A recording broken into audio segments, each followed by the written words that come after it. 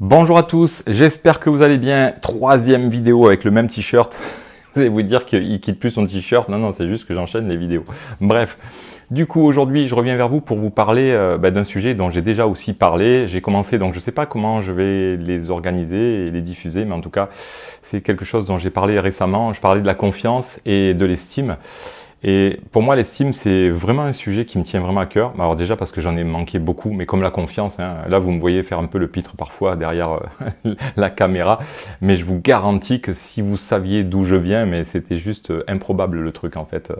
Voyez, donc c'est vraiment pour moi un sujet hyper important et je pense que sans confiance, pour ces projets personnels, on va pas loin. Si vous voyez, moi j'accompagne pas mal de sophrologues qui vont s'installer actuellement, donc je les forme et puis je les aide à s'installer. Enfin bref, il y a tout ce truc pour qu'ils aient une formation complète.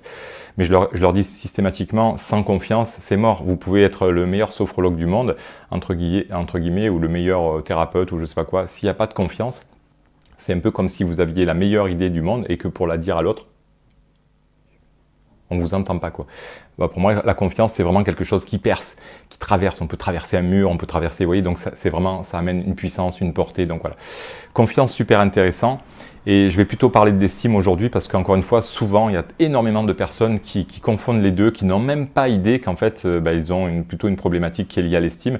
Et c'est des personnes qui cherchent à gagner en confiance. Encore une fois, la confiance, c'est davantage lié au faire, aux compétences et davantage à, oui, des qualité dans l'action finalement, alors que l'estime c'est vraiment voilà l'amour que l'on se porte, la valeur que l'on a, que l'on perçoit de soi en fait. Et donc c'est important vraiment de faire la différence entre les deux. Et ce qui est un peu problématique avec ça, c'est que quand on a une faille dans son estime, vous voyez, c'est que parfois on ne le voit vraiment pas et on peut avoir l'impression que tout va bien. Pour moi, l'estime, c'est quand même c'est assez complexe finalement la manière dont ça se passe. C'est un peu comme une boule à facettes. Imaginez une belle boule à facettes. Eh bien, pour moi, l'estime, c'est plus comme quelque chose qui va être comme chaque petit miroir qui va faire que la facette va être complète. Et parfois, on peut avoir suffisamment d'estime dans un contexte particulier et puis en manquer cruellement dans un autre. Et ce qui fait que, un peu comme un bateau, imaginez, je ne sais pas, en fonction du contexte, si vous avez un bateau, vous savez, avec le niveau d'eau là, quand il est à vide, si le bateau, il y a un petit trou dans la coque au-dessus de la ligne d'eau, le bateau il flotte en fait, et s'il est dans le port, il peut rester comme ça des années, et il n'y aura aucun souci. On ne verra pas que la coque a un problème finalement, parce qu'il n'y a personne dans le bateau, et que le bateau est dans le port, et donc forcément la ligne de flottaison à un certain niveau, et que le trou se trouve juste au-dessus de la ligne de flottaison. Le problème, c'est qu'imaginez que quand il y a une ou deux personnes qui montent dedans, tiens, comme par hasard, là, il commence à y avoir de l'eau qui rentre. Et donc, le problème de l'estime, c'est ça, en fait. C'est que c'est vraiment le contexte qui va révéler le problème de l'estime avec le manque d'estime. C'est très précis, c'est très, vous voyez, c'est à travers un prisme. Et parfois, eh bien, en fonction d'un contexte, la vie nous envoie dans les cordes et elle nous permet, vous voyez, je vous avais parlé de la vidéo sur le sens, elle nous permet de mettre en lumière, en fait, qu'on a un trou dans la coque du bateau. Et parfois, on va prendre déjà cet inconfort par rapport à un manque de confiance, ou on va peut-être regarder encore à l'extérieur le problème qui va pas, alors que c'est juste, il n'y a pas de souci en fait. c'est pas qu'il y avait pas de problème avant, c'est juste que le contexte ne lui permettait pas d'être en lumière, de le mettre en lumière.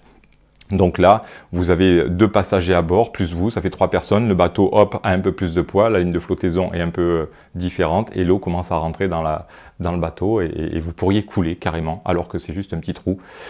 Donc vous voyez, c'est vraiment comme ça qu'il faut essayer de l'aborder. Et donc vraiment, le problème d'estime, encore une fois, c'est la manière dont on se comporte avec soi-même. Si je m'en veux quand j'arrive pas à obtenir les choses, si à chaque fois que j'y arrive pas, je suis dur avec moi-même et comme je suis dur avec les autres forcément, vous voyez, ça dénote clairement un problème d'estime.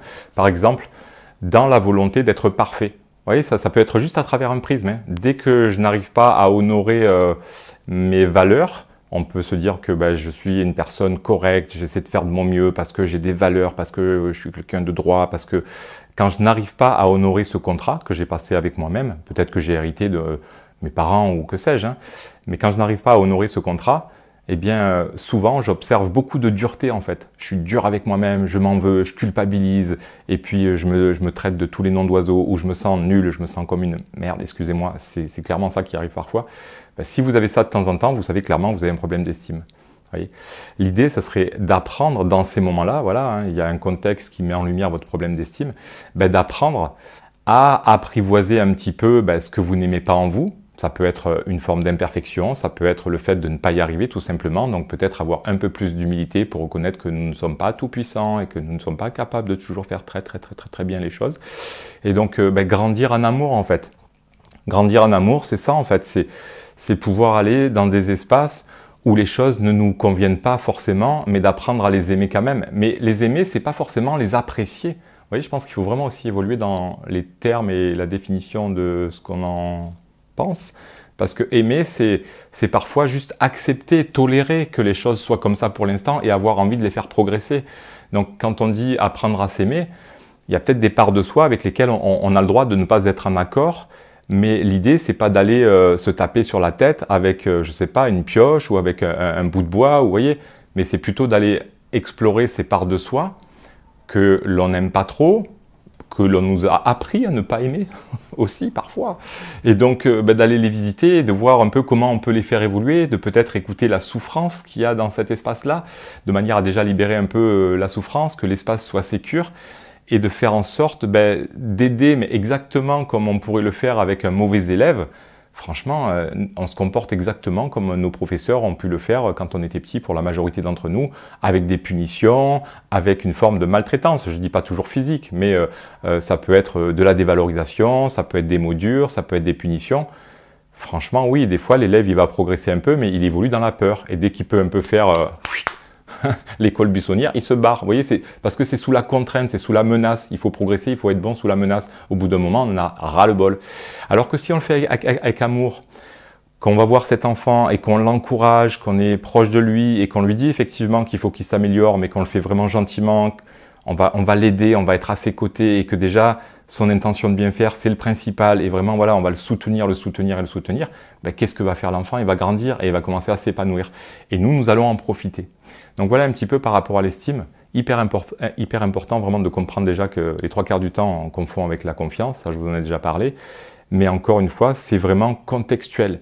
Et je crois vraiment qu'il vaut mieux partir du fait de se dire que nous avons tous, en fait, un problème d'estime. C'est juste que ça dépend juste du contexte. Il y a des boules à facettes qui sont plus complètes que d'autres. Et puis il y a des personnes qui vont juste avoir des fois, dans des moments très particuliers, dans des circonstances très particulières, des comportements avec eux-mêmes qui ne reflètent pas en fait une bonne estime de soi.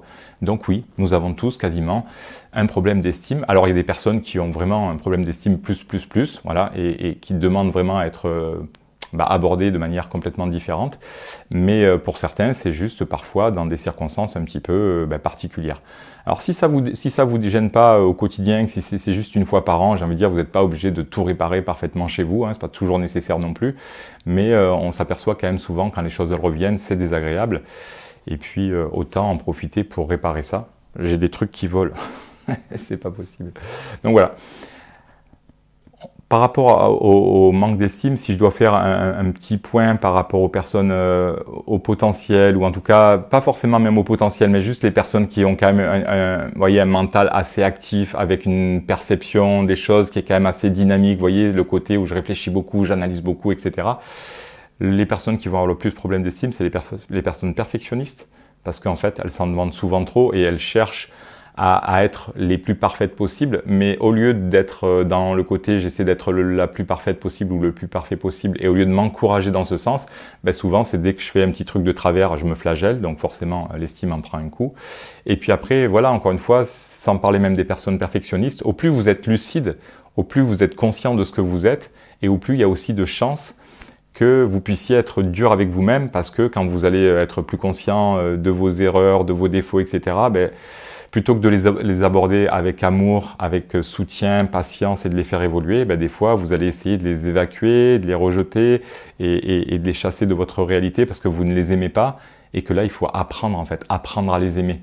Encore une fois, ça ne veut pas dire apprendre à les adorer comme ça. Oh, c'est trop bien quand je suis nul, ou c'est trop bien quand j'ai été maltraitant, ou c'est trop bien quand je me suis emporté là. Non, c'est pas ça. C'est juste avoir de la bienveillance, avoir du respect pour vous-même, avoir de la tolérance et de la douceur. Oui, vous n'êtes pas obligé de vous kiffer quand vous faites des trucs pourris, mais au moins avoir cette douceur de le reconnaître et de le voir de manière à vous dire, bon, ok, allez, je vais essayer de faire mieux. Là, déjà, je me suis emporté, mais la réalité, c'est que dans ces moments-là, si vraiment vous étiez vraiment laissé aller, ça aurait été 10 fois plus encore. Donc déjà, reconnaissez que par rapport à vos erreurs ou vos difficultés, les 3 quarts du temps, vous faites déjà au mieux. Et donc là, il faut être vraiment soutenant, encourageant, et puis essayer petit à petit de faire des petits pas. Et quand ça marche, on célèbre, on se félicite, on se nourrit dans son estime. Ça, c'est un truc que vous faites les 3 quarts du temps trop rarement. Hein. Le fait de vous faire des compliments, on n'y est pas là. Hein. Donc ça, c'est hyper important aussi pour nourrir son estime. Mais voilà, dans les moments où ça va pas, faut aussi reconnaître que si vraiment on s'était complètement laissé aller, on aurait fait 10 fois pire. Donc vous voyez, c'est quand même important de voir ces choses-là, d'apprendre à les voir. Bref, donc voilà un petit peu ce que j'avais envie de dire sur l'estime. Mais clairement, si vous regardez ma chaîne et que vous avez quand même ce cerveau qui bouillonne beaucoup, oui, il y a de fortes chances que vous ayez une estime qui soit pas au top, parce que simplement vous ne vous reconnaissez pas assez dans vos efforts, vous ne vous reconnaissez pas assez dans vos choses, dans toutes vos démarches que vous faites déjà de bien, même s'il n'y a pas de résultat, reconnaître quand même vos tentatives, reconnaître tout ce que vous faites de bien au quotidien. Ça mérite d'être reconnu, ça mérite d'être valorisé. Au plus vous pouvez le voir, au plus vous allez avoir d'estime, et au plus vous avez d'estime, au plus vous allez pouvoir aborder vos parts d'ombre avec plus de sérénité et de sécurité. Vous voyez, si je manque d'estime, aller voir mes parts d'ombre, c'est très compliqué. C'est un peu comme une personne qui a déjà froid.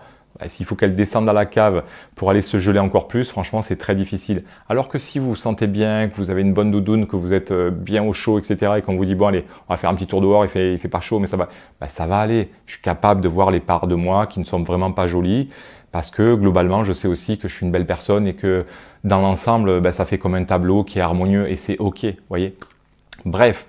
Allez, c'est bon pour aujourd'hui, donc n'hésitez pas à me mettre un petit commentaire encore une fois, j'adore vous répondre, j'adore partager avec vous, on va essayer de créer une communauté quand même où on échange, où on partage et j'ai vraiment aussi envie de savoir de quoi vous avez besoin pour améliorer vos qualités de vie. Voilà, dites-moi le en commentaire.